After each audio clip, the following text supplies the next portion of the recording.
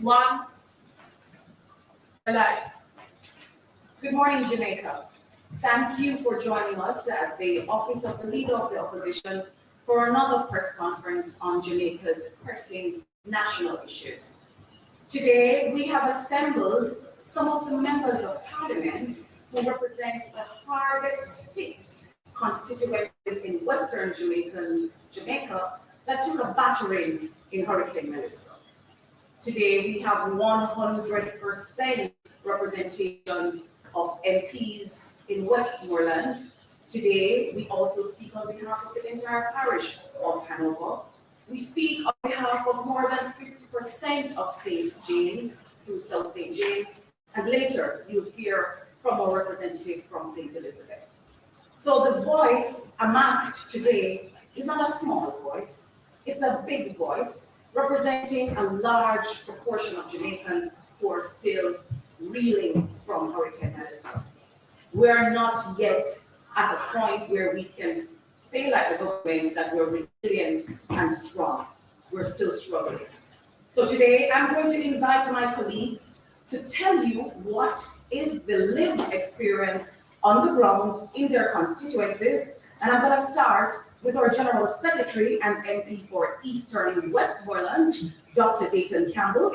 Thereafter, you'll hear from Dwayne Vaz, the MP from Central Westmoreland, Ian Hales, or MP from Western Westmoreland.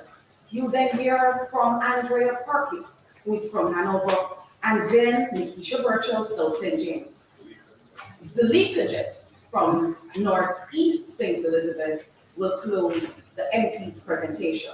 Thereafter, you'll hear our policies, a review of the government's policies and our proposals through our spokesperson for housing, that is Dr. Professor Floyd Morris.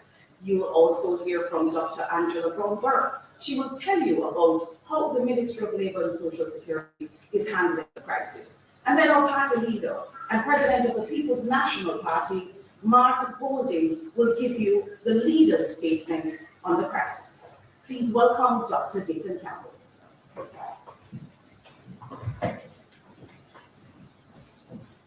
Thank you very much, MP Burchell. Good morning, everyone. Eastern Westmoreland is where working in landform is still having quite a bit of challenges. The main issue of concern at this point in time, I would say, is still around shelter. We have quite a bit of our constituents who are still residing in unacceptable conditions. I went to a community by the name of Amity recently with a group that was making a donation. And one of the residents spoke to the condition in which he's living.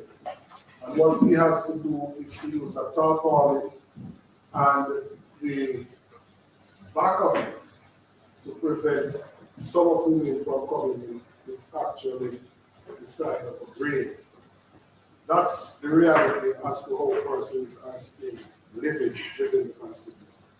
The roof program, as outlined by the government, has not benefited everyone that is affected as yet. I'm still hopeful that those who remain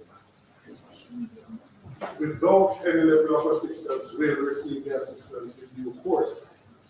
And the way in which it is structured is causing quite a bit of heartache as well. Because the fact that only selected hardwares were chosen has caused some of my constituents, for example, from Betterton, who have to go all the way to Savannah Lamar to get the supplies. They have had to be spending about 80 to 100,000 in transportation costs. So let's imagine that you've received the 500,000 because you also spent in this store. But because we did not select a hardware in Betterton or one elsewhere in Eastern Westmoreland, you have to go all the way across the parish. The transportation cost to bring the goods to where they live has caused them to be losing about 80 to 100,000 out of the sum. That could otherwise go to the building material. For persons who were told that they could use this first $75,000 to do other things, like pay school fee and buy furniture or whatever it is. Those persons have had to travel to Montego Bay, to the remittance companies to try and get the funding from those remittance companies. And that, as you have seen in the media, has been nothing short of chaotic. I've had discussions with the Minister about us having at least one location in each constituency, preferably if you could have one location for the hardwares in each division, electoral division. And obviously there are several other remittance companies that are there that you could use that will prevent these persons from traveling all that way. The second issue is that of businesses. To date, we've got some assistance through factories for businesses in White House. The rest of the constituents, almost all of the small businesses were decimated, and those persons have not received any assistance at all. And that to me is also unacceptable, because to get these persons independent, where they can fend for themselves and take care of their families, you would want to restore their livelihood as well. And those persons have not received any assistance. In terms of infrastructure, the roads were totally devastated. I heard an announcement of a hurricane, post-hurricane road program for $1.3 billion, and $500 million out of it was to be spent in Kingston and St. Andrew, right? And the era in which you have the major devastation, it was less than $100 million. We have not received any allocation for road repair in Eastern West. Some of the areas are impassable still, and you still have areas where it is, as you've seen in Bluefields, areas where there is significant compromise of the roads, which is also affecting even JP's ability to restore electricity. And as I segue to JP's, we have 7,912 total customers in the constituency. 4,073 customers currently have electricity, 3,839 customers don't. So roughly 50% of the customers in Eastern Westmoreland still don't have electricity. 6 months? 6 months, approaching 6 months after the hurricane. I think more can be done. And two of the areas, Darliston and Betterton, it is actually a generator that is providing electricity to some of those persons who are not in the. So we are a far way off from where we should be. I will leave it at that because I know that others will come to the other areas.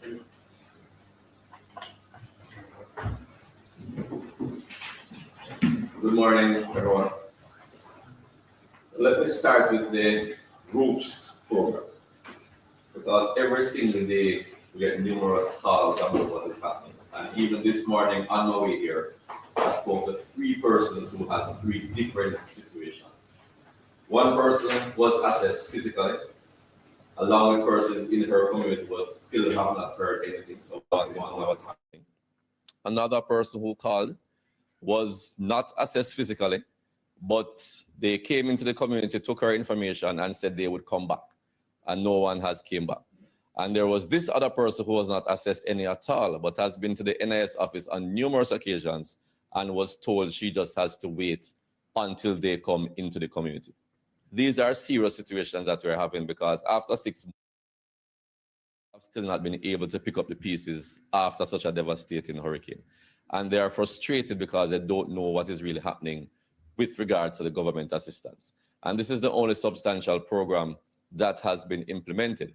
And the fact is the majority of persons have not been able to receive assistance. And even those who have, the assistance is still inadequate with regards to the type of damage that they got to their houses.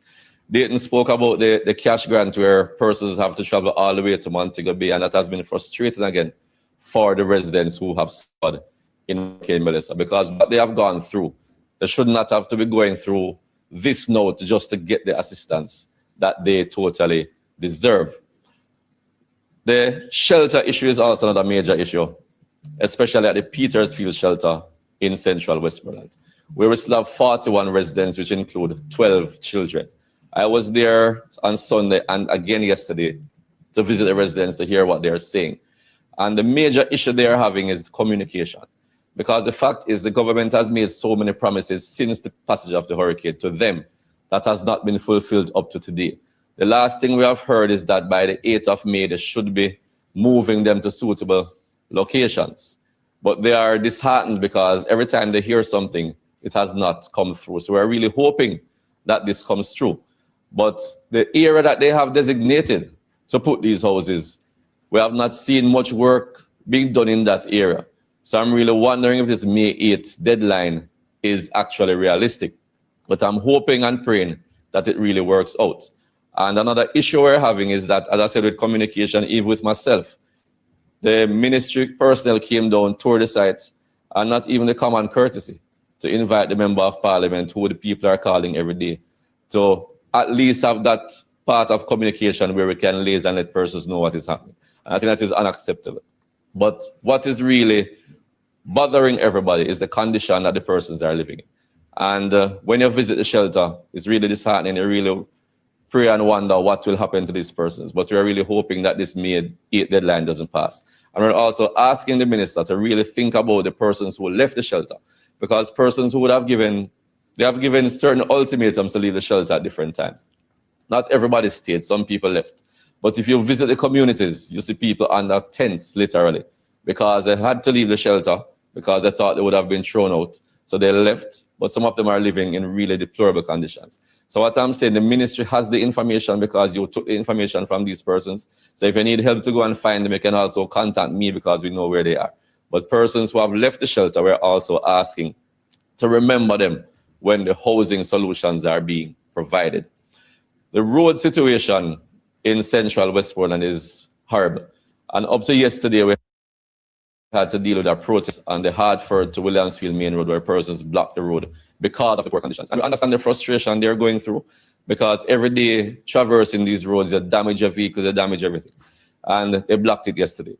We have promised to do some temporary work, which we are starting today and tomorrow. But it is only a temporary fix, and that is from my own resources. Because at the end of the day, the resources that we are waiting on from the NWA to do patching will not come forth probably until a month or two, because we contacted the NWA yesterday.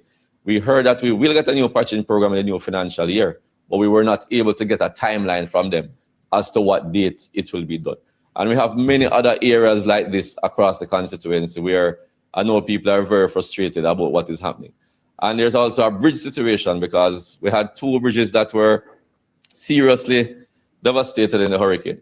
That would be adding to one we had before in Fullersfield. But in Frome and Grange, serious deterioration. And the Frome one, we have had two major accidents already. One person died in a bike accident, and then we had a head-on collision after.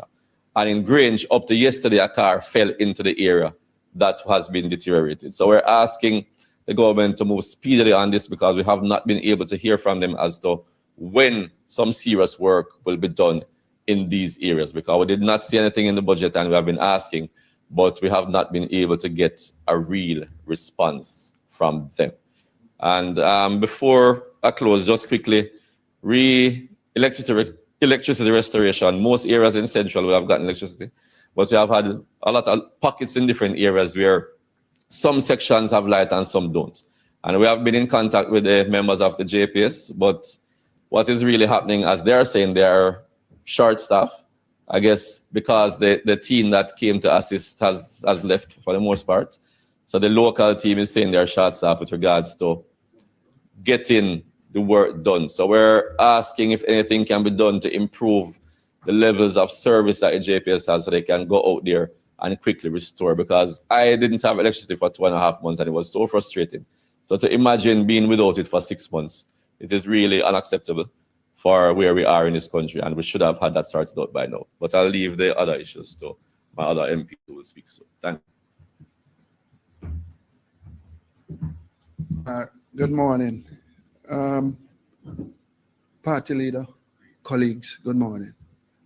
6 months after Hurricane Melissa, the people of Western Westmoreland is still suffering. And how are they suffering? For those who have been called by the ministry to collect a check They're still, majority of them are still waiting as we speak. And if you do get a call to collect a check, most of the citizens from Western Westmoreland have to travel to Montego Bay, not in Westmoreland, but to St. James. For those that had the little shops on the corner and do a little commercial activity within a lot of our communities, they haven't gotten any assistance as yet from the government. And it is causing some hardship in the constituency of Western Westmoreland. Look, if the story should be told that 6 months after a hurricane, you'd be still waiting from your government to get a level, some kind of assistance, one. And two is that when you leave your home, I think there's no other parish now which have a garbage pile up than the parish of Westmoreland. Something has totally happened since the hurricane where we can't get the garbage in Westmoreland to be collected. So when you come out of your house, you enter the bad road. When you enter the bad road, you're running into garbage. Something has happened somewhere. And I just want to say, look, if the government chooses to neglect the parish of Westmoreland, all the tax-paying citizens of Westmoreland, I haven't received a list from government as yet in terms of who got damaged, who received checks, who's still going over Montego Bay. I haven't received any of that as yet. In terms of JPS and the constituency of Western Westmoreland, I'd probably say around 85 to 90% of our citizens have been restored with electricity thus far. We're having a problem also, I think within some schools, you have school attendance on the decrease because of what is taking place with the parents. For the farmers in Western Westmoreland, I don't think there's 2,000 coconut trees leaving in Westmoreland, period. And for those that used to go on the roadside, sell a little breadfruit, sell a little coconut just to make ends meet. You have no breadfruit tree anymore, you don't have no coconut tree anymore. And this is leading to a level of, in certain areas, you have increase in criminal activity. I want to appeal to the government, look, you have 3 members of parliament from Westmoreland. We're willing to work with the government. We wouldn't want to come here today and have a press conference to cry out and bawl out for the people of Westmoreland. We're willing to work with the government. But 6 months and still waiting to get a check or to get your garbage pickup or to get your road fixed is unacceptable in any modern society. So I want to appeal to the Minister of Local Government, to the Prime Minister, and to just ask, how much more can the people of Westmoreland accept or take before they start taking to the streets? And, you know, we're doing a lot in terms of holding down these demonstrations, which plan every single day, you know, because MP just spoke about what? I have had to at least basically stop at least 5 or 6 demonstrations because it doesn't do me any good and it doesn't serve the country any good. So once again, I'm asking the government, I'm appealing on behalf of the people of Western Westmoreland, the citizens. We need our garbage to be collected. It is 6 months now. We have been waiting. We need our roads to fix it 6 months. We have been waiting also. I appeal to you. Make we help the people of Westmoreland get over the problems that they are now faced with. Thank you.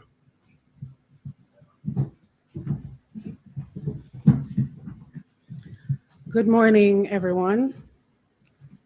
We are not recovering well in Eastern Hanover. As it relates to the roofs program, I believe a more comprehensive assessment must be done for it to make sense. A number of persons would have left their communities to find shelter after the hurricane. So I am appealing to the minister to extend that period and continue to do some assessment. There is a lack of communication and dissemination of information when it comes on to the general public. And I can cite instances. Miss Angela from Claremont in Sandy Bay Division went down to Lucy to the launch of the Roofs program.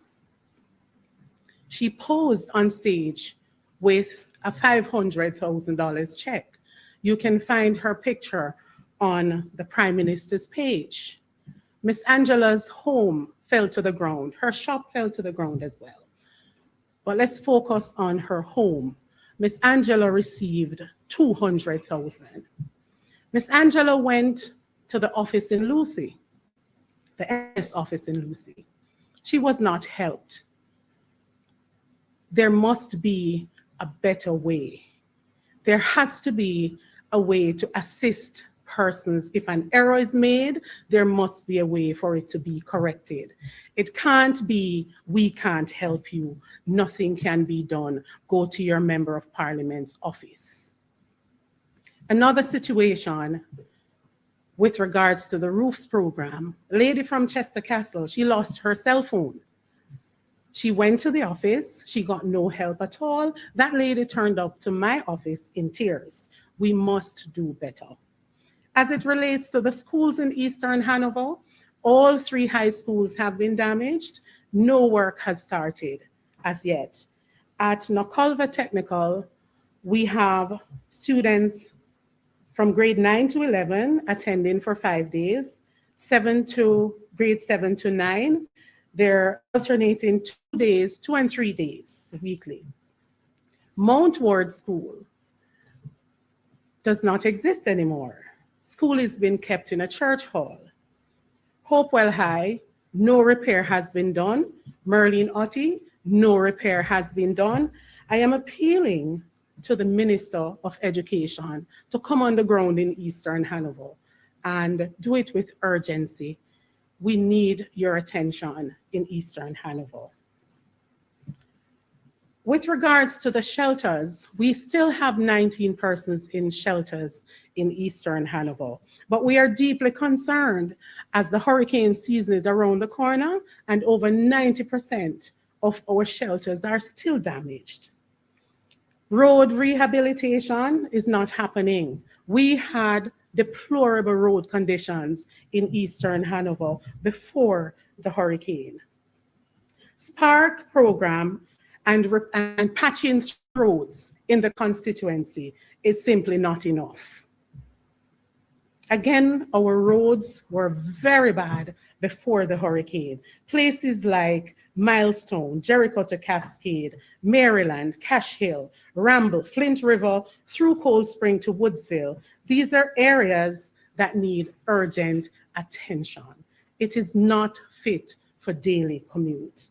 As it relates to electricity, most of the constituency got back electricity. We only have a few areas in Chester Castle Division and 1 area in Hopewell Division, Woodsville, that is still in darkness. We have noticed a trend in Eastern Hanover, and I must highlight this. We are on the ground. We know the areas where most of the citizens would have voted for Jamaica Labour Party. We know the areas as well where they would have voted for the People's National Party. In areas like Bessie Baker and Axandas, Pumpkin Bottom, those are strong JLP areas. Beneficiaries have received their monies.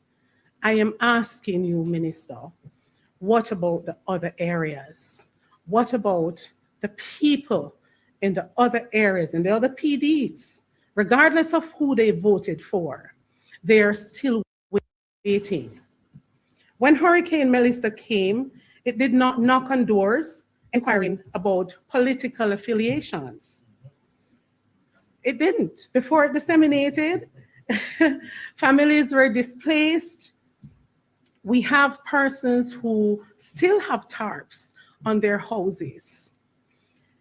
I am asking you to pay attention, Mr. Prime Minister, to all of the people of Jamaica. I am the Member of Parliament for Eastern Hanover. I am not the Member of Parliament for the citizens in Eastern Hanover that voted for the People's National Party. I challenge you, Mr. Prime Minister, and his cabinet to do same and take care of the Jamaican people. Thank you.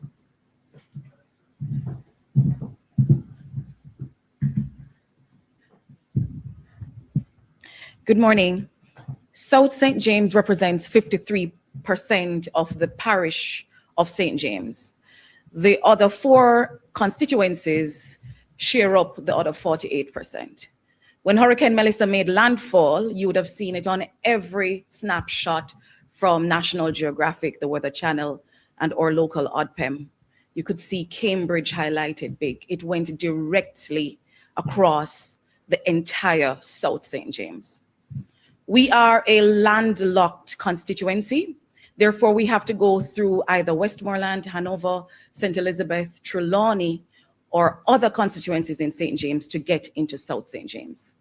And it's quite disheartening to drive on smooth roads in Montego Bay that have been speedily remedied in the center of Montego Bay and then traverse really, really bad roads in your own constituency. We have raised with the government, both in the Standing Finance Committee, through letters to the Minister of Works, as well as to letters to the Minister with responsibility for Labor and Social Security of the conditions in South St. James. The Springmount Main Road, which is in the East Central constituency of St. James, has been rendered impassable. It's now a waterfall. That was the main thoroughfare that we used to get into South St. James. And therefore, constituents must now go through a donkey crawl from gutters to Hampton. Most of that road, again, is not in South St. James, but I have to lobby for representation for it to be fixed because it's just a track. It has precipice along the sides and is really a dangerous route. The residents are threatening to block that road again. And we're asking for some attention from the local government to this road immediately. No, it's not my road, but this is what my constituents must go through. Springmount as well. To enter the constituency through the third route, you have to enter at Sweetwater, Johnson, and that is stairs. Have you ever seen roads broken and degraded to the point where it literally has steps? Cars can't drive on steps. We're asking for, if it's even a little marl, so we can have that road passable so that heavy units can come through that location, bringing in relief supplies, bringing in material to rebuild homes, and taking out our agricultural produce to market. I must explain to the constituents of South St. James that the Member of Parliament has not been given the $10 billion the government boasts about for home repairs in South St. James. I don't know. Someone yesterday in Stonehenge, a constituent, said to me, maybe if more JLP MPs were affected by Hurricane Melissa, then the MPs would have been included in the decision and also in the process of getting relief to the constituents. It is sad that a disproportionately higher number of these constituencies are represented by the People's National Party. We're asking that the government relook at this decision to close the roofs assessment database. We are deep rural constituents, and therefore, when a hurricane strikes and your home is destroyed, you can't stay there. So the Ministry of Labor can't say, we went to your house and you weren't there. Of course we weren't there, there's no house. Of course we weren't there, we have to be catching with a neighbor. Of course we weren't there, we work in the city. Deep rural constituencies require more care and a better understanding of how we operate. We need a town crier to come into the communities to announce the dates when these representatives from the Ministry of Labor and Social Security is coming around so we can make ourselves available. We also require posters to be printed. They do it when it is politics time.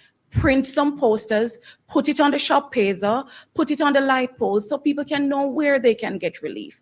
And for God's sake, please stop directing constituents from the NIS office to the MPs, knowing fully well the MPs cannot assist them with their housing repair. That is the roofs program. Like MP Perkis, I was asked to invite 3 constituents to the symbolic check handing over ceremony, which was held at the West Jamaica Conference in Mount Salem nearly 2 months ago. And if you go on that page, there's a gentleman from my constituency, his name, we call him Manawal. Manawal was cheesing with me and the minister with a check saying $500,000. I asked Manawal to come with me that day and to help the minister to show that the program is working. And we went in good faith. Manawal has not even received a text message up to this point to confirm whether or not he'll be getting that check, or if he should have just taken the cardboard sign and taken that to the hardware. I want to tell you about our small businesses in South St. James. Our small businesses, they come to me, our shopkeeper, or contractors, or hairdressers. They say, why, the house might be fine, but business stop because we have no roof on our business. Our stock was destroyed. Whatever the storm didn't take, people came and took the rest. When I tell them that the government has not announced any economic assistance for businesses in one of the parishes that has been so badly affected, they say it's liar telling. Because how could a caring government not think about the resuscitation of the economy of a constituency that has been so ravaged by this hurricane? Talk about our farmers. Our farms were wiped out. We are the farming constituency in St. James. We feed Montego Bay. We also contribute to the Falmouth market. The crops were destroyed.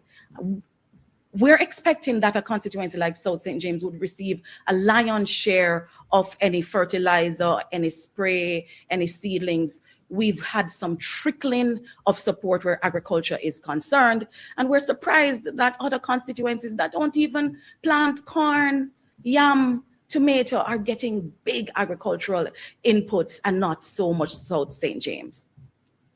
Finally, I want to speak about the education and the slow pace at which we're restarting in South St. James. So a number of our schools have received letters from the Ministry of Education indicating that they have been approved for sums for the repairs of their schools. Grossly inadequate in a number of these instances. But the biggest challenge is that we are seeing from these deep rural constituencies, contractors and teams of outsiders that we don't know, taking camp in our communities, and they are the ones doing all the work on these properties. I implore of the Ministry of Education to understand how the culture works within these communities. You must have a local liaison working with these outside contractors who understand how the wind blow. So if they put on the roof this way, the wind go take it back. You also have to work with the local communities to secure their buy-in. You don't want to hear, say you put down 50 length of steel and you come back tomorrow and it's only 10 because they don't feel like they're a part of it. So they work against it. We're asking you that we do not choose to come here and complain to Jamaica. We've waited almost 6 months because we were giving the process the time to work. Our constituents are losing their patience. And you know that when Jamaicans are fed up, them block roads.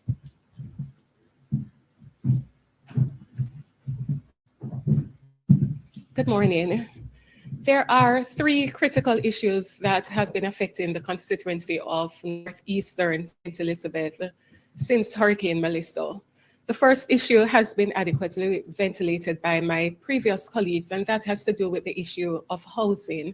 Now, it is very clear that many persons have still not been assessed for housing grant or housing assistance in the constituency of Northeastern St. Elizabeth. We see it every single time we go to the supermarket, we go on the road, people approach us asking for housing assistance or building material because they didn't even know that the government had set a deadline by which they should apply for assistance.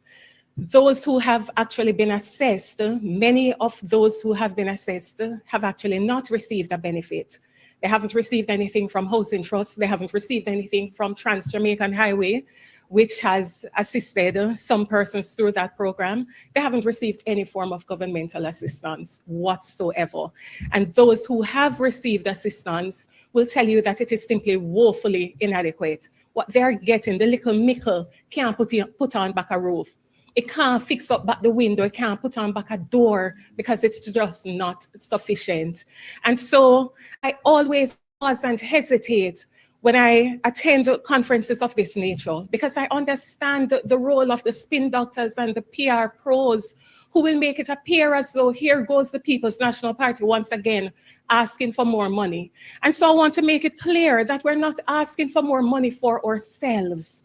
We're asking for additional resources through whatever avenue the government deems best suited for those persons to get assistance. And we ask on behalf of the people like the elderly lady I saw a few days ago in Pepper, whose house blew down and she have a catch with her neighbors. I ask on behalf of the people in Balaclava, in Silo, in Thornton, who get a little bit of assistance, but them still out a door because they can't, it's just not sufficient to put on back or to build back sufficiently. And so we come here this morning once again to really ask the government as a matter of urgency to, one, revisit that application period that was stipulated, extend the time period for persons to apply for housing assistance, building material assistance, and also to increase the funding so that those persons who are affected can actually get a meaningful contribution and not just some token contribution that does nothing and doesn't even move the needle. Now, as it relates to the second issue plaguing the constituency of Northeastern St. Elizabeth, it has captured national attention in recent days, and that is the flooding in Santa Cruz. But the truth is, this is a recurring issue. It is a long-standing issue. The town of Santa Cruz has been flooded from before I was even born. And it continues to be flooded now, but it has increased in frequency and the devastation has now quadrupled since Hurricane Melissa. The harsh reality is that the drainage network is insufficient. It is antiquated. It has not kept a pace with the massive development that has happened in the town of Santa Cruz. And so what do we get? We get the town being flooded every single time it rains. It floods because we don't have adequate drainage. And so the town of Santa Cruz is now the drain. Back Street, or as my councillor Donovan Pagan would remind me, Sydney Pagan Drive, is now the drain because there isn't a sufficient drainage system to channel the water from the hills of Santa Cruz, which constantly inundate the town, mashing up the roadwork. And so it is now causing a recurring expenditure, recurrent expense on the national purse for the government to constantly be fixing back the road. Instead of wasting taxpayers' resources, I'm using this opportunity to call on the government to put in place a meaningful plan once and for all that will solve the drainage and flooding issue that plagues Santa Cruz. I'm calling on the government to establish as a matter of urgency a multi-agency task force which comprises representatives from the parish council, national works agencies, the political representatives such as the councillor, the member of parliament, community members. And I ask for these inclusion because community members, the local representatives, have intimate knowledge, local knowledge, almost indigenous knowledge of where you can find some of the old drains where you used to channel the water. And so it is important to have a broad-based consultation, not just where the NWA comes in and fix one little drain in a Santa Cruz and then rainfall and we flood out again. We need a multi-agency task force to be set up with a view to presenting a viable solution to fix the issue of flooding in the town of Santa Cruz once and for all. Balaclava was flooded a few days ago as well. There isn't sufficient resources. I've reached out to the National Works Agency. They tell me they don't have the money to do drain cleaning at the moment. We need a routine maintenance of the drains in Balaclava so that the town don't flood whenever rain falls. As it relates, finally, to the issue of roads, and I do not propose to speak very long on this, but my constituents would not forgive me, especially the people in Good Hope, in Park Mountain, Bogue, where the road is split. They would not forgive me if I do not appeal to the government to conduct emergency road repair as it relates to our constituency, but especially the constituencies, because I don't wish to be selfish, the constituencies which have been devastated by Hurricane Melissa. We have seen deadly roadways emerging after the hurricane. And so a special plan needs to be in place to address these issues. It can't just be done through routine patching. There has to be a structured and comprehensive approach to fixing the craters that exist, the bridges that are tumbling down, the roads that are collapsing. We need urgent assistance. And so I use this opportunity not to criticize, not to complain, but to say that this is really a cry for help. This is a cry for help for the people of northeastern St. Elizabeth who have suffered devastation following Hurricane Melissa. It is a cry for help, for urgent housing assistance and building material to be provided to those who are still without a roof 6 months after the hurricane. It is a cry for help for the business community, the residents of Santa Cruz who constantly are flooded with very little rainfall, which disrupts and brings business and economic activities to a halt. It is a cry for help for those along the Lacovia to Burn Savannah main road who are fearful of being washed away like how the water washed away the bike a few days ago. This is a cry for urgent assistance and intervention so that people can actually build back better. Thank you.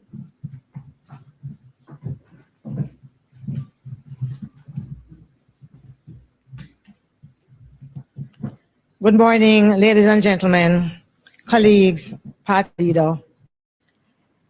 My colleagues have spoken passionately about the challenges they face.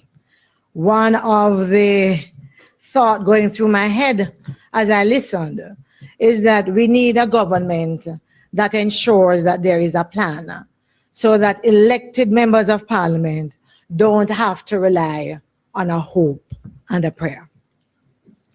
6 months after Hurricane Melissa devastated communities in Western Jamaica, there are just too many families who remain stranded in the ruins, not just of their homes, but of a recovery system that has failed them miserably.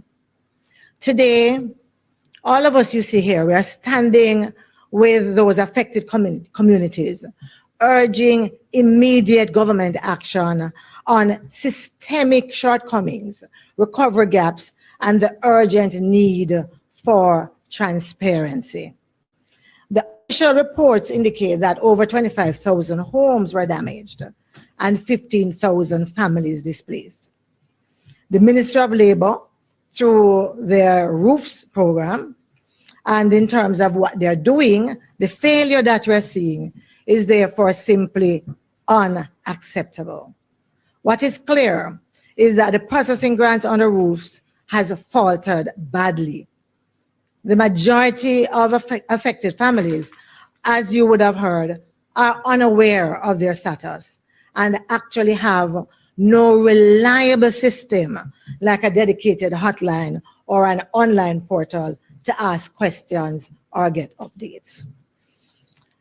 And so the request, the ask that there is a system that allows individuals to actually come forward if they have not been assessed is one that is real. But first, they also have to know they have not been assessed, because the minister assured me that they don't have to be there on the ground to be assessed. And therefore, if individuals came into the community, I am going to assess if I live in that community. I am going to believe that I have been counted. If there's no way to determine who has been counted and who have not been counted, then it means that there's a big gap that should rest on the conscience of a government that has been elected to take care of its people. The current system being used, as you would have heard, create further distribution barriers, forcing rural residents to face long trips as you would have heard, multiple visits, each costing money and time that could have been better used. These issues don't affect one parish, but the story is the same across several parishes, which therefore points to a systemic breakdown that real families endure every day. What is now clear as well is that the broader recovery also lags way behind the promises that were made by the government. In fact, many of us would have remembered that they committed at least 12,000 homes by January for grants and 2.5 billion in aid. Yet, we are learning that only 3,200 grants have been delivered, with 70% of the affected parishes still awaiting meaningful assistance. By any measure, by any yardstick, this is woefully inadequate. For those who have been assessed and have actually received grants, there's also still some clarity that is required.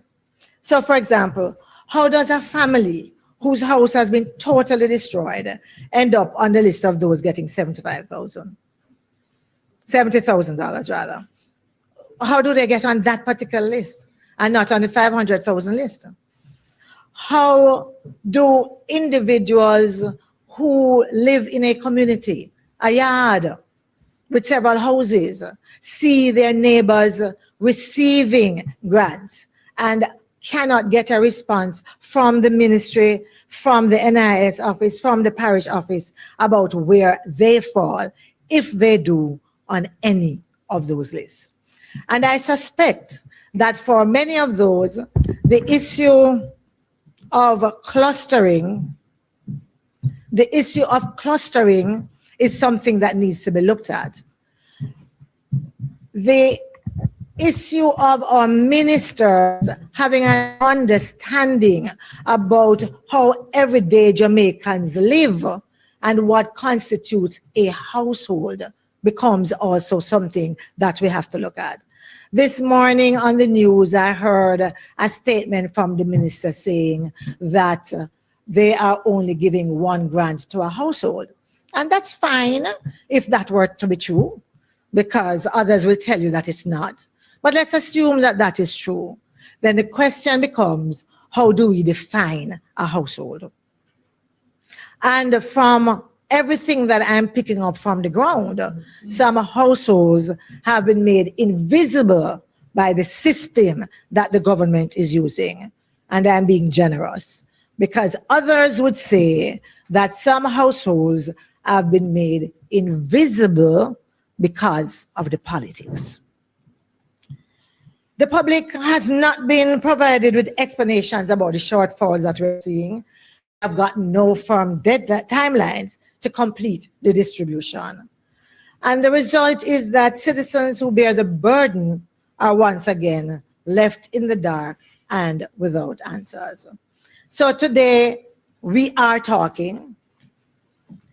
Sometimes you get the sense that the government really wants from the opposition for us to be on our knees and to be begging for our constituents to get their just compensation.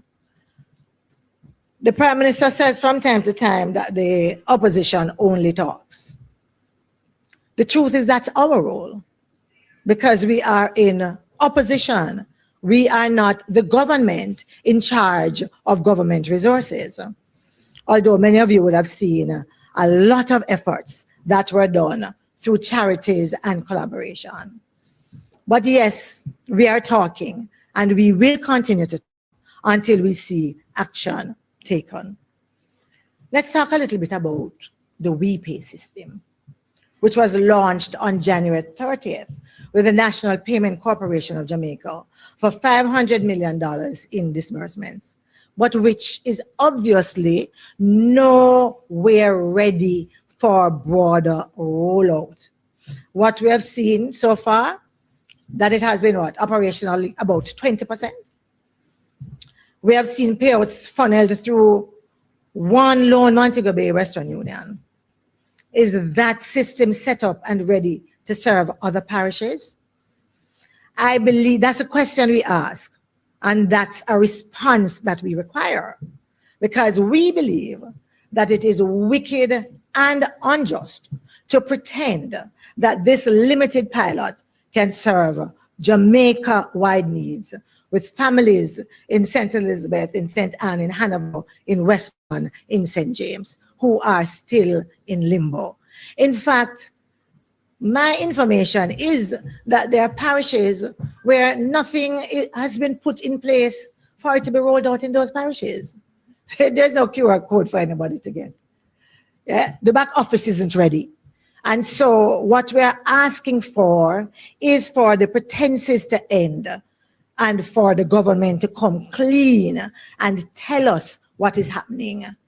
If there are issues, let Jamaica know. Let those who are waiting on the government that was elected to know where you are and why it is that you are where you are and where we go for further.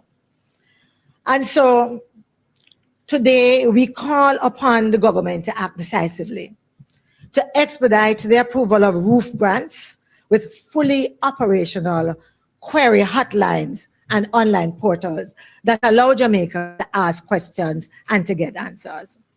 We're also asking for WePay to be activated nationwide without further delay. And as I said earlier, we're asking for detailed parish by parish timelines and shortfall explanations. We want a commitment to weekly public reports on remedies and progress. No vague promises. We want deliverable, measurable results, or the government needs to move out of the way those who have been tasked with this responsibility, who are obviously failing. We know, we are aware that Minister Charles is in Finland as we speak, and there is what, an 8 hours time difference? So I would urge the minister to stay up tonight and to put in some work on behalf of Jamaicans who have been left devastated.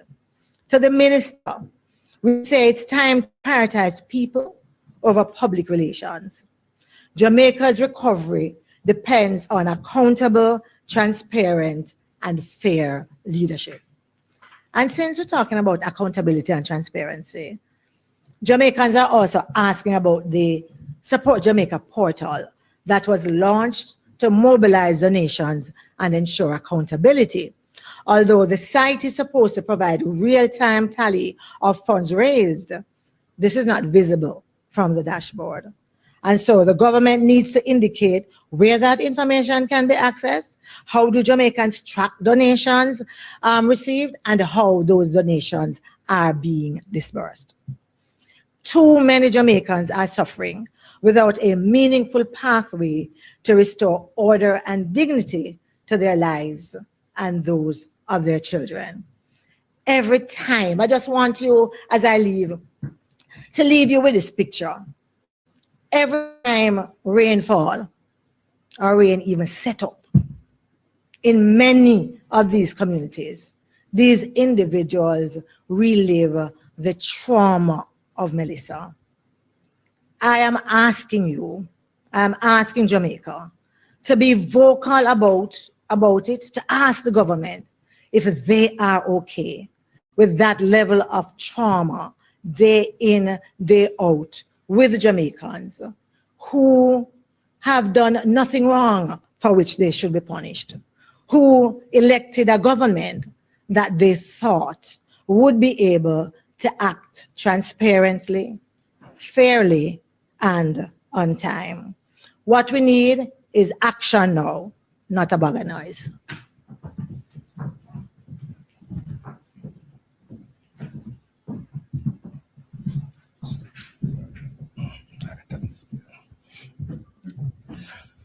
Ladies and gentlemen, leader of the opposition, colleague parliamentarians, and members of the media, pleasant good morning to you all.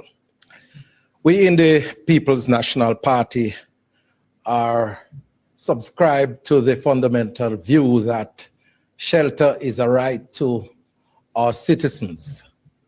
And as such, we believe that after a natural disaster such as Hurricane Melissa, that it is the duty of the government to restore to near normalcy as possible to every citizen that has been affected in terms of their homes. These are individuals who have labored and toiled to build their houses. Some have thrown their parts, some have done their round robin. And within 30 minutes, based on the hurricane, their investment were destroyed. It's not a fault of theirs, it's natural disaster. But any caring government is going to move with alacrity to ensure that these individuals get as much assistance as possible to build back their homes. And we have seen and heard talks and promises from the 29th of October, the day after the hurricane, about the extent of assistance and support for Jamaicans in the affected parishes with their homes. And very little has been done based on what my colleagues have articulated. A peep into some of the available data tells me that 113,000 individuals have been assessed thus far. Of that number, 42% suffered minor damage, registered or assessed with minor damage, 40% major damage, and 18% severe damage. That means their houses were totally destroyed. I want to look primarily at the latter figure of 18% because 18% of 113,000 amounts to approximately 20,000 households. My mathematical calculations based on the policy articulated by government says that those individuals would receive $500,000 because they would fall in the category of severe damages or total destruction. That is $10 billion. The government announced a program for $10 billion. So that means the 20,000 individuals who have suffered severe damage would have eaten up all of the funds allocated by the government. And then the others would have nothing to get. And so we have heard a whole lot of figures being bantered about by the government in terms of how much they have raised in the history of Jamaica. Over $1 trillion. But yet still, one of the areas that has been severely damaged, houses, $10 billion. And I want to call upon the government to make sure that the appropriate resources are allocated to deal with this crisis that we have on our hand. Because if we are talking about building back better and restore our people where shelter is concerned, $10 billion is not going to cut it. It might be a start, but we'll be fooling ourselves if those 113,000 individuals or the 20,000 with severe damages to their homes would be getting any assistance.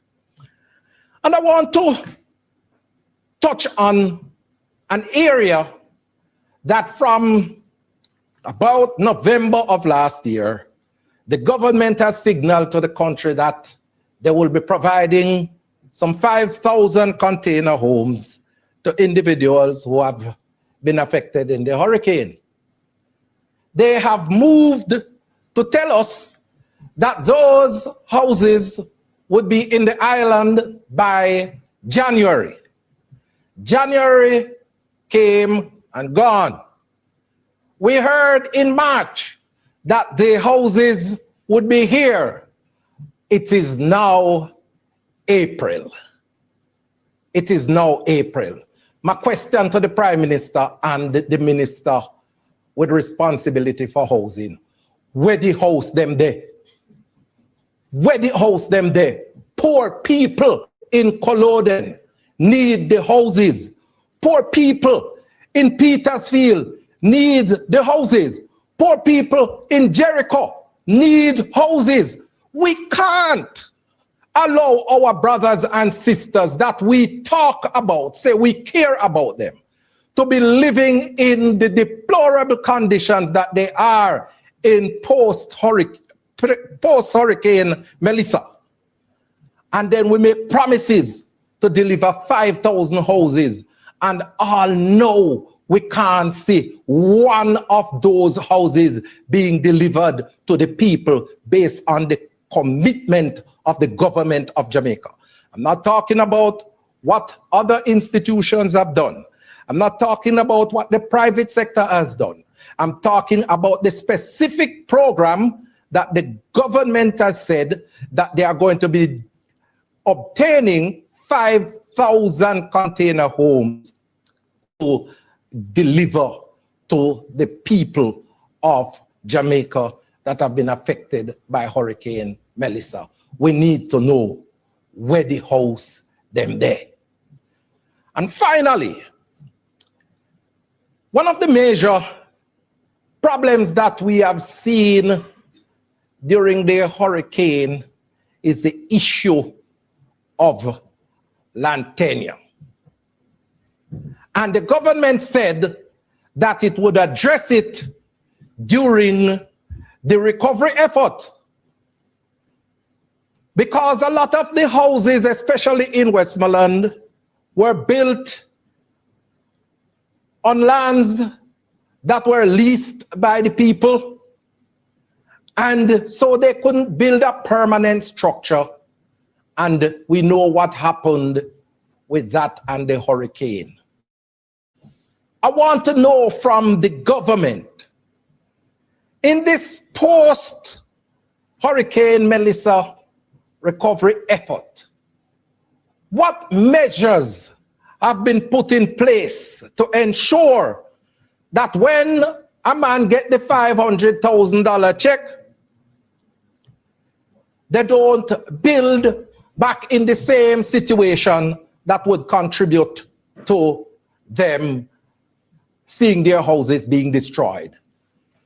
It is the duty of the government to ensure that the people get access to land to build back better than before.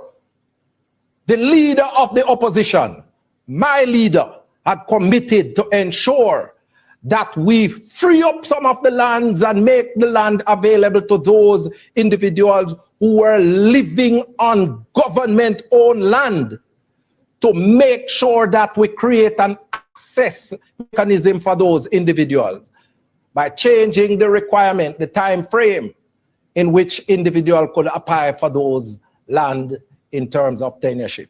We want to know, where is the government on these issues?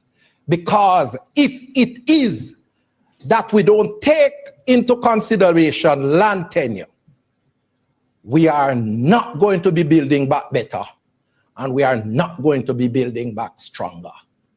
I say to the government of Jamaica, come forward, come clean, and tell the people of Jamaica the truth. Thank you very much.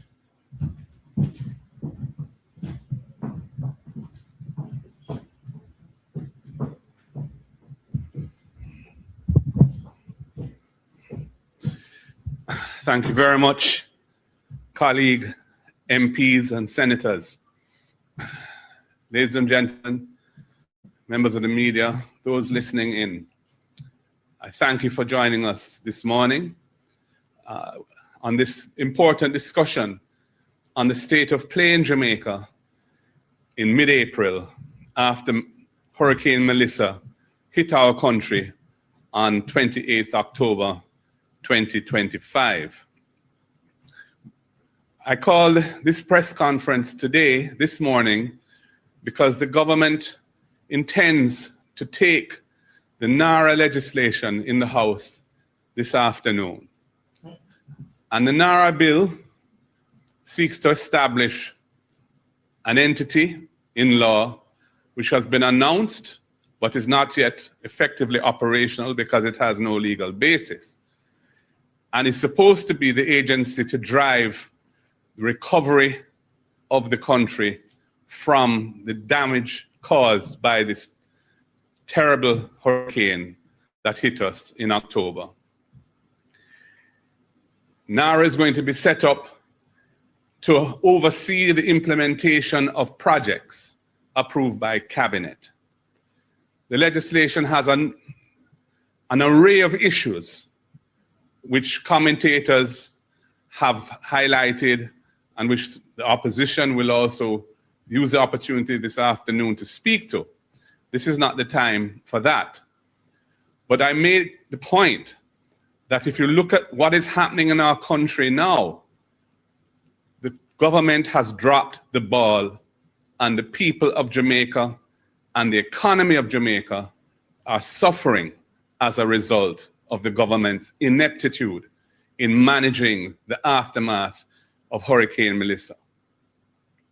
In the few months, in the last quarter of 2025, when Jamaica was inundated, local and overseas NGOs, well-wishers, providing relief to our people, food distribution, other forms of assistance, things were appearing to be on track for recovery. However, that time has passed, and the glaring gaps in Jamaica's response to the disaster have been laid bare. The government's primary program for addressing the shelter crisis occasioned by Hurricane Melissa, the roofs program, is hopelessly inadequate and is being incompetently administered. We have heard from the MPs the horror stories of those who were promised and have not received any support or the support that they were promised. The difficulties of access, the lack of comprehensive coverage of people who are in desperate need of help.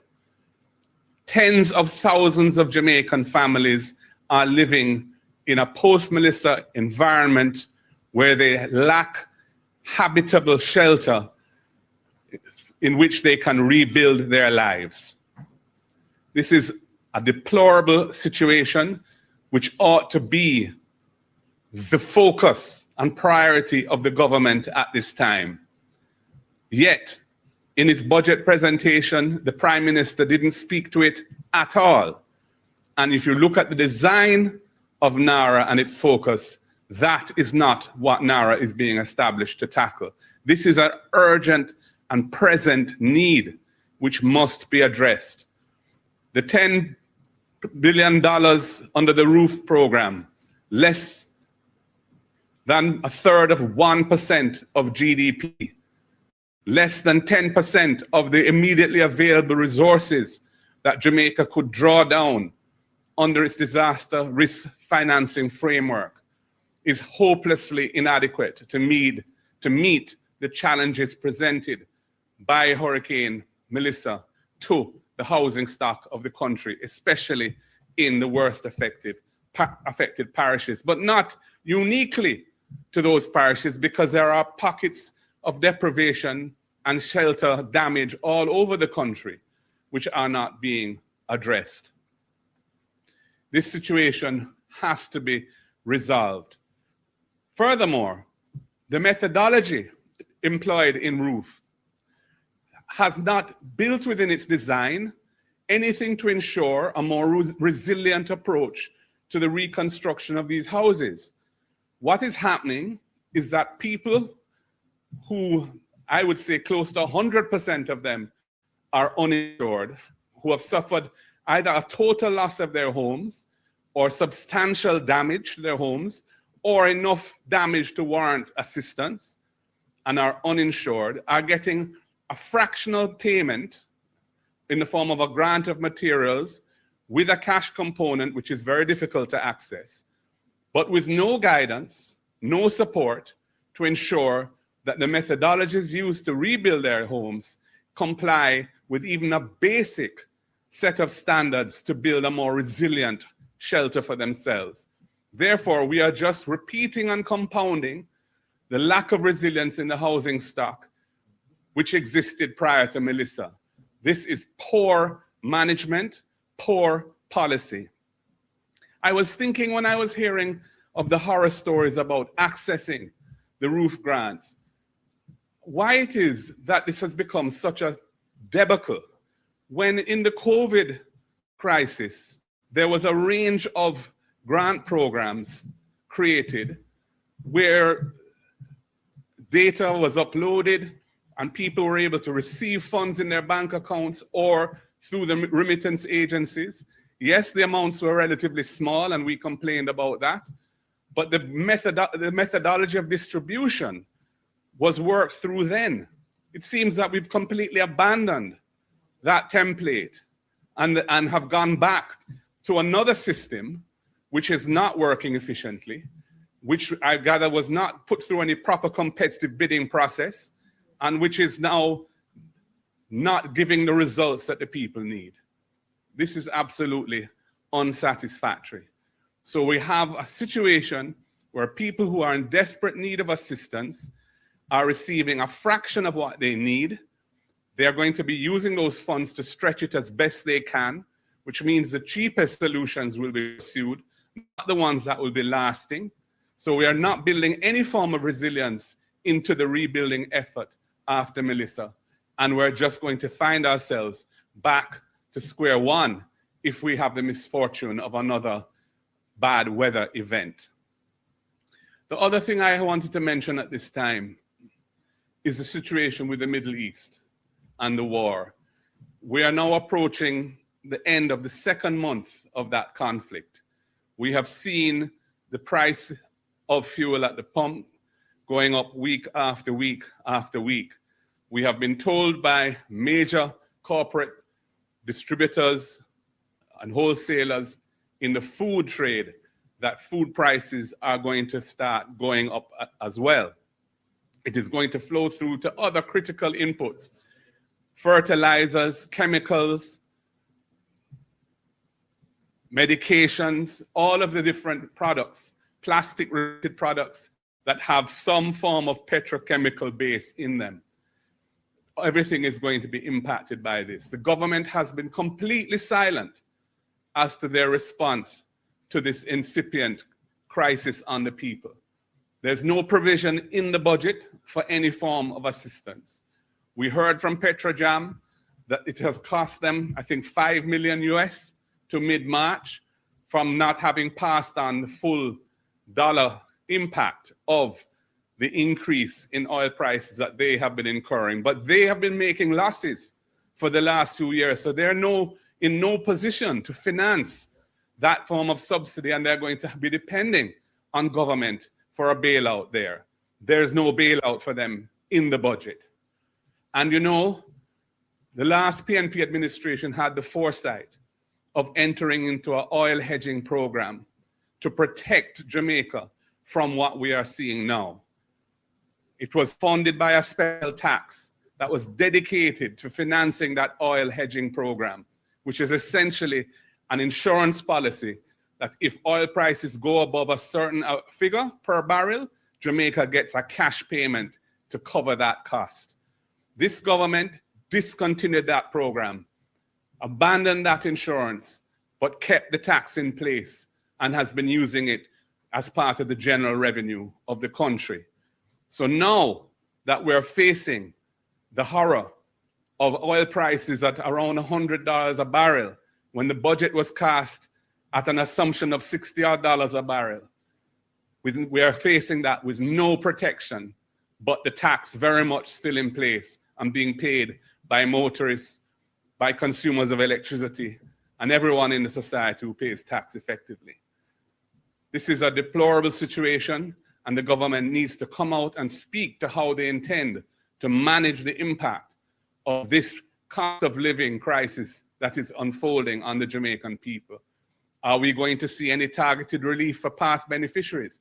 Are we going to see any targeted relief for Melissa victims?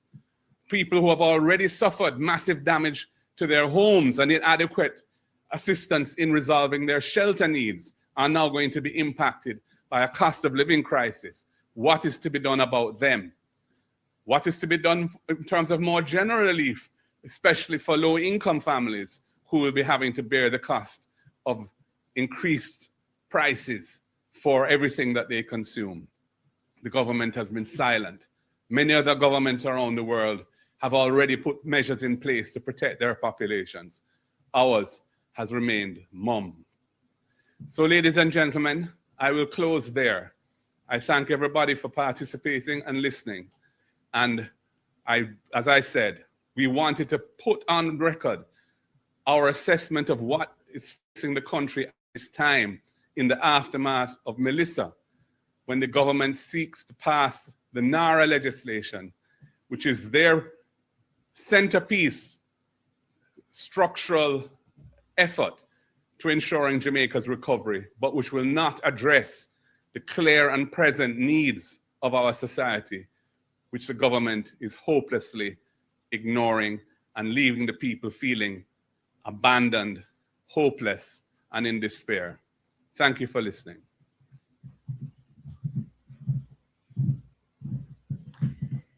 If you visit our website at www.pnpjamaica.org, under the Hurricane Relief portal, we had an expenditure of all the monies we've raised to support families in distress as a result of Hurricane Melissa. It's a full accounting of both revenue and expenditure. Therefore, we are living up to our standards of accountability and transparency.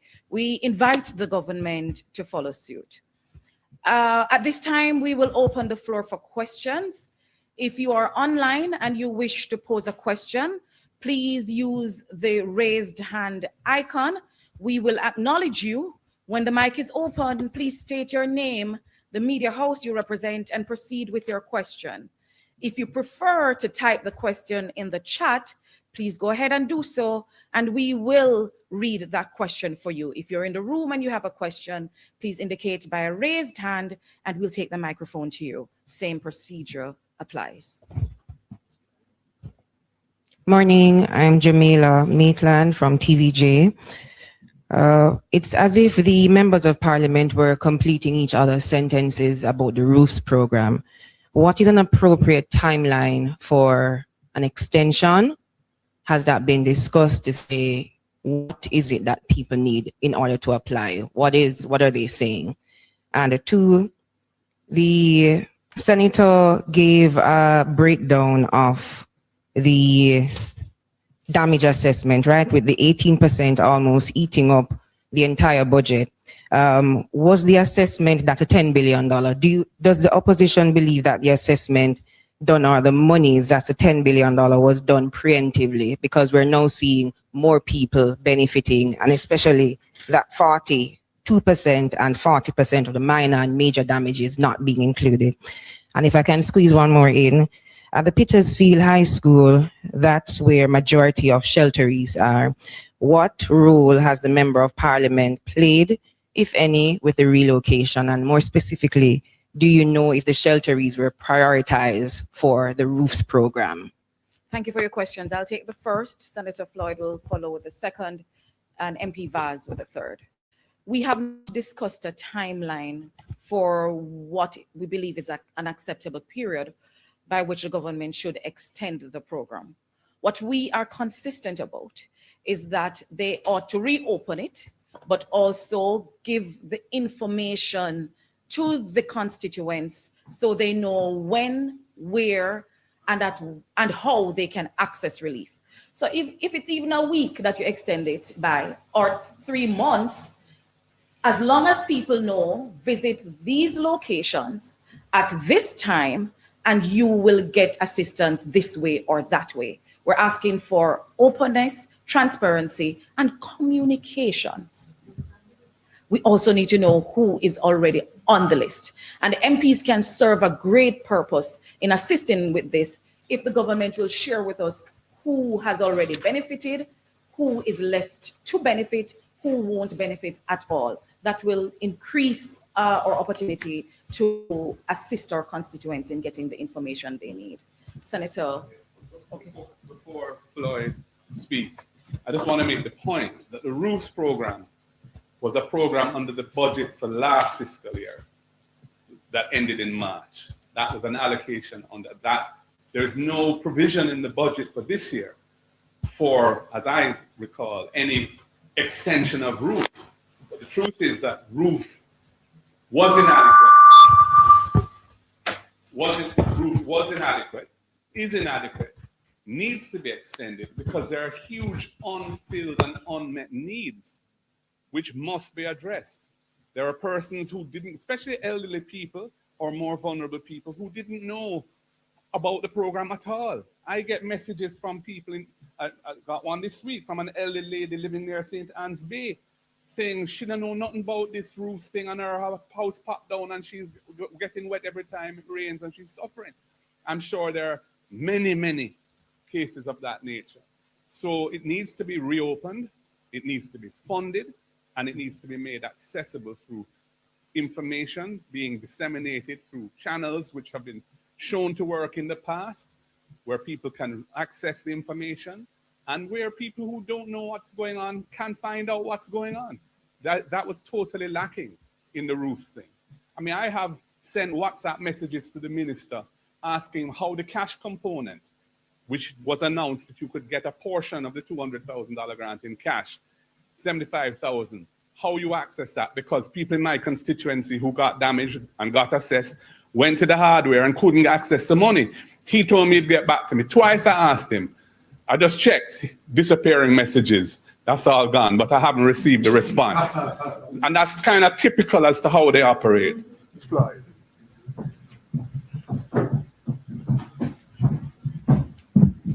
Okay. All right, thank you. For clarity, I want to make it abundantly clear that I'm not saying that those who got minor damage or major damage will not get any support from the government. What I pointed to was that the 18% constitute 20,000, and when you do the calculation, that 20,000 would have eaten up the entire $10 billion if they got it. Yeah. So I want to make that clear. As it relates to the second issue that you raised, I can't speak to how the government came about with this figure of $10 billion, because it seems as if they just plucked it out of a hat. And I don't know if that is how public policy should be formulated. When there were estimates and projection that between 160 to 180,000 individuals across the island suffered some form of damage from their houses. I checked on the GIS website and I got those figures from there. So if it is that those were the projection, and a part of it is that 25,000, as my colleague Angela Brownberg pointed out, Dr. Angela Brownberg pointed out, 25,000 of those were totally damaged houses. The government should have had a better indication using its own numbers as to what would be a reasonable figure to use in order to start up this program. And then my leader pointed out the amount of monies that the government has said that it has mobilized internationally. And it has said that it is the biggest amount of funds in the history of Jamaica. But when you look at the amount that is allocated to housing, which is one of the biggest areas of impact from the hurricane, and only $10 billion has been allocated from that, it means that somebody is short-sighted, and it is not Floyd Morris. Before Dwayne addresses your last question, I just want to add one other point. MP Dayton Campbell, Dr. Dayton Campbell, pointed out that small businesses, which proliferate Jamaica and are really the backbone of the economy, have received no real support since Melissa. Many of those businesses suffered severe damage, stock wiped out, the structures that the businesses are conducted from, damaged, some destroyed, and so on. You're not going to have the economy returning to robust levels or achieving. I can't say returning because we haven't had robust levels of growth for a long time in this country.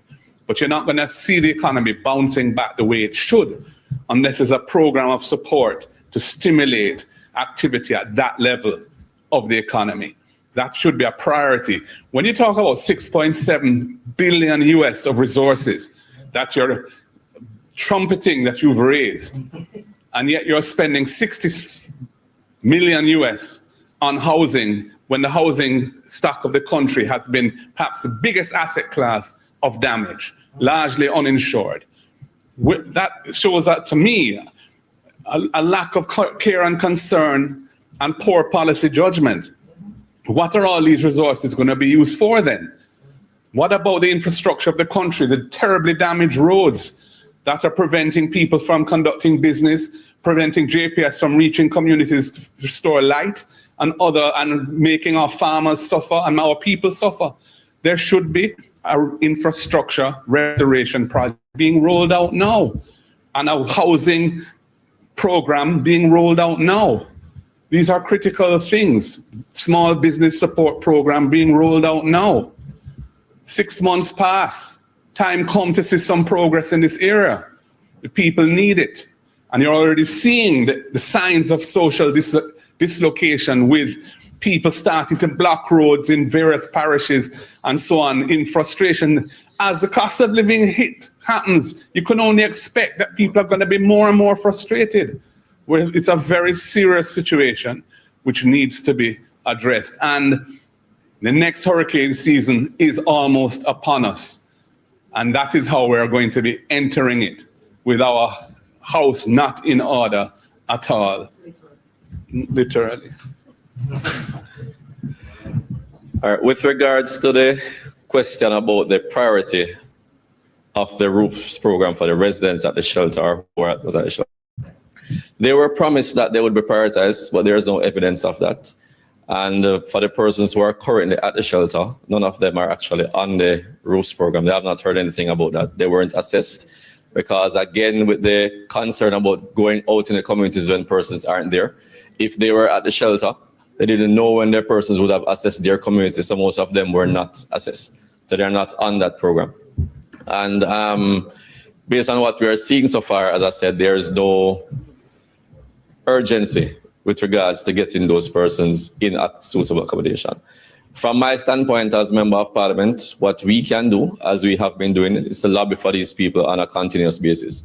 From the government standpoint, we have not gotten any sufficient resources to relocate anybody because the funds we got cannot offer relocation services. It's just basically to provide some material for some persons, and that's from last year. And it was a maximum of 100,000 for each person. You'll understand that's a drop in the bucket for what needs to be done to repair or to rehabilitate a house. What we have done though, through private individuals, we have been able to secure 2 houses in my constituency for 2 persons, 2 families who were at the shelter before. So we are trying to continue on that basis to see how many persons we can assist in that vein. But as you know, a lot of constituencies were affected. A lot of persons are lobbying to these same private individuals. So we are lucky that we got at least 2 for those in shelters to actually let them be able to relocate. But that is the only way that we have been able to do it is through the private individuals, because what we have gotten from the government is not sufficient. But we'll continue to lobby to the government and to Jamaica and to everybody who is listening to any way you can assist us, please do, because what we're getting from the government is simply not enough.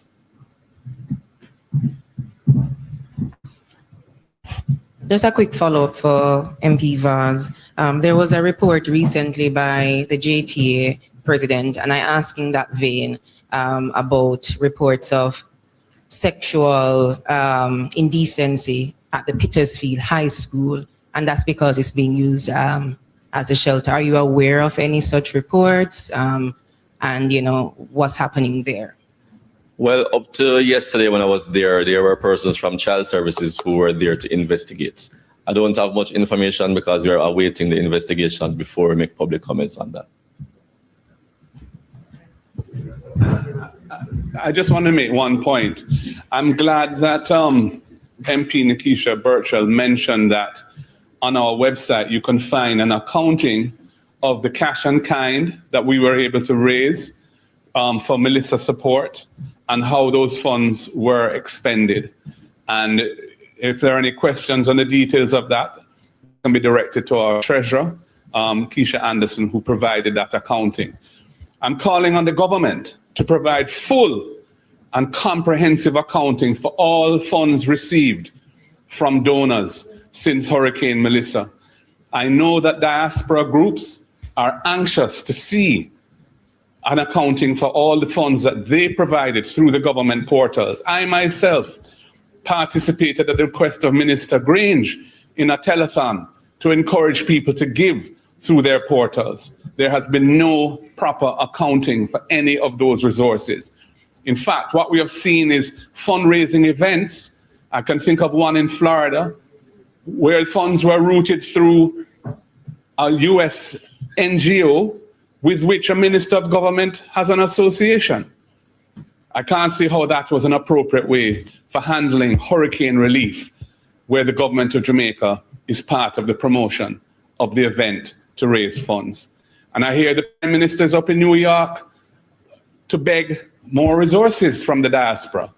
I hope that whoever is there will demand of them, of the government, of him, a fulsome accounting for everything that has been received so far and how those funds have been utilized. And I would just close my little intervention now by saying, what you can see from the way this government is operating is that they're in la-la land.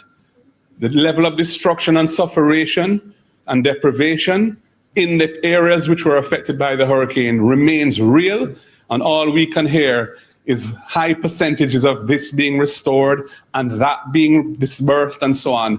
But the impact on the people's lives and residual suffering that people are facing is not being addressed. Go ahead, Liver. Yeah. Morning again. I have Liver and Barrett, the Gleaner, thanks. Dr. Campbell indicated in his presentation that in relation to transportation costs and so on, eating into the roof grants. And you indicated also that you have had a discussion with the ministry or the minister about having those hardwares being more centrally located, or at least in each division. You did not indicate, Mr. Campbell, the response you got from the ministry or the minister. That's one. Two, I've heard all the MPs speak about the need for the extension of the roofs program. What I have not heard is a sort of coordinated or a figure in terms of how many constituents or how many residents in the constituencies represented here, that you can, if you have a database of the persons who might benefit from, if in these constituencies that are represented here, if you have a total figure of the people who could benefit under the roofs program. And then if I might digress, Mr. Goling, for you, the critics have said, Mr. Goling, that the issue with Jackden and Mr. Gordon is not so much on the finance side. It is on the issue of a principle of a company being involved in transactions that the authorities believe circumvent the law. Critics have said that. I wanted to hear you on that. And also, if you could tell the public, when you say the matter is before the party's integrity commission, what should the public understand? What timelines are you giving them when that will be ventilated before that internal body? And what should the public expect insofar as what the integrity commission might do in relation to that matter?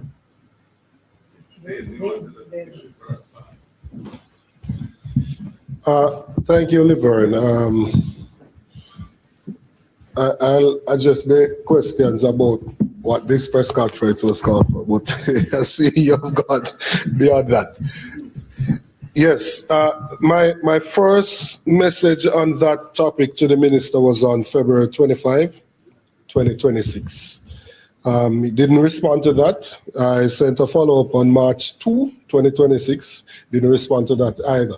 I spoke to him about it in the lunchroom at the Parliament, and I asked him the question at the Standing Finance Committee as well, when we were examining the budget.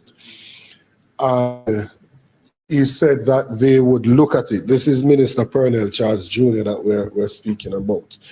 And it is obvious that just based on how rural Jamaica is structured, and I know that MP Burchell was at pains to communicate that to persons, that rural Jamaica is much different from the urban spaces. You may have somebody that lives in the constituency and they live 2 hours away from somebody else within the same constituency, or even 3 hours away from somebody else in the same constituency. So if you're coming from, say, Berkshire, which is way up on the northwest border with St. Elizabeth, and you have to go all the way down to Sav to get some material, easily you can see it will cost $80,000 or $100,000 to transport it. If you were, however, going to a hardware in Darlaston or in Betheltown, then you would save significantly. You'd be able to get more material. And the problem is, and I think Dr. Morris said it, and the leader as well, the problem is that based on how it is structured, most people are being called upon to just build back board houses, which is putting them in a very precarious position should another event take place. And we know that something else will take place. We hope it's no time soon, but eventually it will. And if you are not putting persons in a position for them to build a proper structure, then you're going to have that problem. The second issue is in relation to those who should benefit. So when this process started, we tried as best as possible to communicate to our constituents about them using the self-assessment form, about them going to the Ministry of Labour, and then we spoke to persons within the ministry. A few of the chief technical directors were responsive, I must say, at least to me, and we were to submit the communities to them for them to go to the areas. What we do not know, which is what the complaint is, if we haven't gotten that final list to say that in your constituency, these are the numbers of persons that were assessed. These are the persons that are severe. These are the ones that are major. These are the ones that are minor. And it links back to the point that Professor was making. If the allocation, the severe category would use up all of the allocation and they have given to persons who have minor and major, it simply means that everybody in the severe cannot benefit, because you would have exhausted the funds, right? So that is a problem that we are having, that you have persons who have been totally destroyed They were assessed, but they have not received anything. And those persons are still living in inhumane conditions. And so the appeal really to the government is to just have a heart, man. Think of these persons that, but for the grace of God, it could have been any one of us, you know.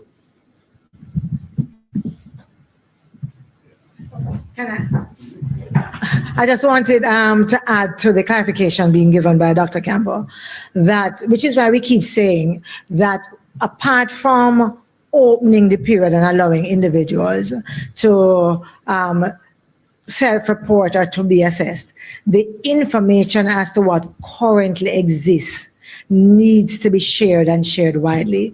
You would have heard MP Ian Hayes say, although the minister said that every MP has gotten a list, that he has not gotten a list.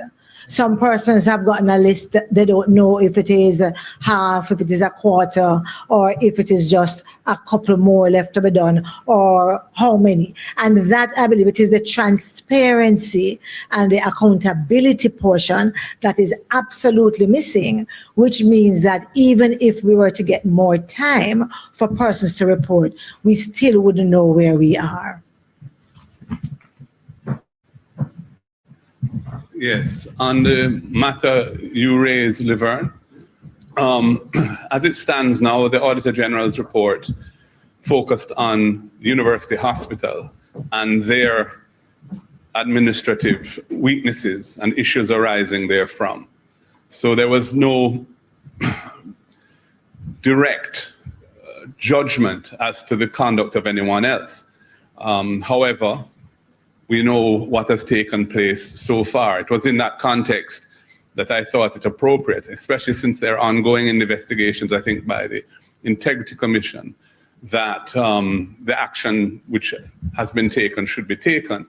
In terms of the, and I mean by us on our side, in terms of the Party's Integrity Commission, that is an internal body that advises the leadership of the party on matters to do with ethics and integrity by they can investigate within the parameters available to them. They can at least dispassionately assess what happened and how they feel it should be dealt with. So, you know, that is what will happen. I can't give you a direct time frame for that. And they report to me as party leader. And based on what their findings are and what their recommendations are, I will then consider the situation in the light of that. But that's essentially an internal party process, which is going to be, is being pursued and will help to guide my decision-making going forward. But that Integrity Commission was set up under Portia Simpson Miller and has helped the party. For example, they vet our candidates before our candidate is approved to represent the party, whether at the local government level or at the national level. They go before that committee, submit a fulsome, fit and proper report and a face questioning on that before a recommendation is then made to the leader as to whether or not that person should go forward. And so it's been a useful structural innovation and assists in matters such as this as well.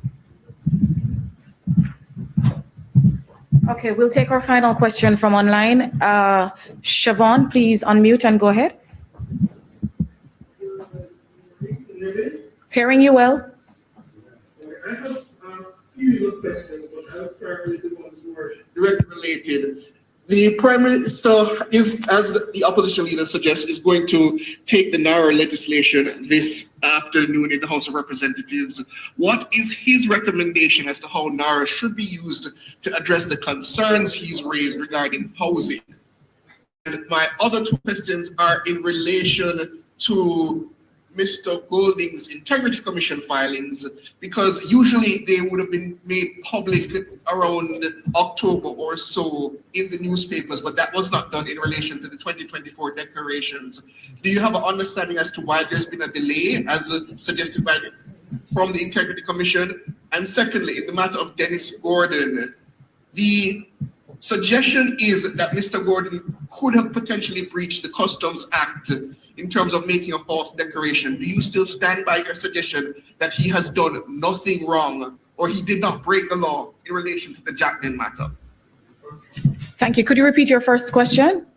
About NARA. What is the recommendation Mr. Goli could put forward in terms of how NARA can be used to address the housing concerns? NARA has been established, as I understand it, to execute projects that Cabinet approves. And in the Prime Minister's budget presentation, he identified a large list of projects that the government wishes to pursue in the years to come. Bypass roads, moving communities from one location to another, to free up lands for redevelopment, that sort of thing. So that seems to be the main purpose of NARA. We've heard others, like the Minister of Justice, saying he's hoping that NARA will build some new court facilities. I think these STEAM schools that the government is intent on building, these STEAM academies, NARA is going to do that as well. I don't hear anything about NARA being used to address the current issues facing Jamaicans in the aftermath of Melissa, the current infrastructure challenges that are making life and recovery very difficult, the shelter challenges that many thousands of Jamaicans continue to suffer in. The only program for this was roofs, and roofs was scoped inadequately. Its design was defective because it didn't have any resilience built into it or anything in it to ensure a more resilient approach to housing construction. That was absent from it. So there are clear gaps, and I don't think NARA is the answer for those gaps. I think those gaps just require a focus of the Cabinet on developing a program to address those things and rolling them out quickly and identifying how they will be funded. This big envelope of resources available to the government should be, in my opinion, used to deal with the things that are clear and present needs of the country, so that the country can settle down, so that the country can feel restored and ready to move forward again, rather than being in a post-disaster situation for a protracted period of time. There were two other questions. One was for, what was it, Dennis? Oh, you'll recall last year that there was a protracted period when the Integrity Commission didn't have certain personnel in place as a result of the tenure of existing officers coming to an end, and there was some kind of impasse that delayed the appointments of their successors. And that, I think, has caused some delay in their operations. So that's where that is. I can't comment any further on that. All right, so continue to engage with the People's National Party on our Facebook, Instagram, TikTok, and Twitter platforms at Jamaica PNP. Thank you very much for joining us this morning. Have a good morning.